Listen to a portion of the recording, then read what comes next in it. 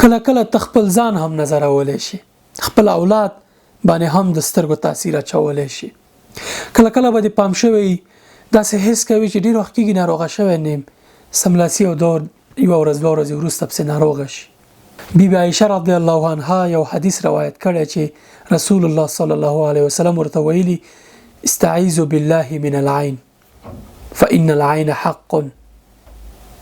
الله تعالی ته سترګو نه پناه وړه ځکه سترګې حق دي. د سترګو لا غیز نه د بچ کېدو طریقه او داس کول او همیشه په داس ګرځیدل دي. نه یوازې سترګو تاثیر به د باندې اغیزونه کړی بلکې جادو او نور مشکلات چې دي هغه نه به بچ. بلګټه دا ده چې قیامت کې بس تعالی مخ نور وریږي. ډېرې ګټې لري او داس کول همیشه په داس ګرځي. جادو سحر یا سترګو تاثیر یا نظر به پر تاسو باندې اغیزونه کړی.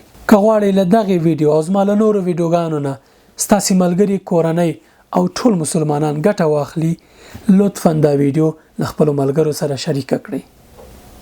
د دې لپاره چې زموږ د دعوت کارون لا پراخ شي د مهرباني لمخې زما د یوټیوب چینل سبسکرایب کړئ. ورسره فیسبوک باندې ته ورشئ لایک کړئ او له دوستانو سره شریک کړئ. په انستګرام او ټیک ټاک کې هم درته لاندې ویډیوګانې ګدم. راځي دا کاروان تر میلیونونو کسانو ورسو. تاسو به هم په ثواب کې شامل شئ. السلام علیکم ورحمت الله وبرکاته.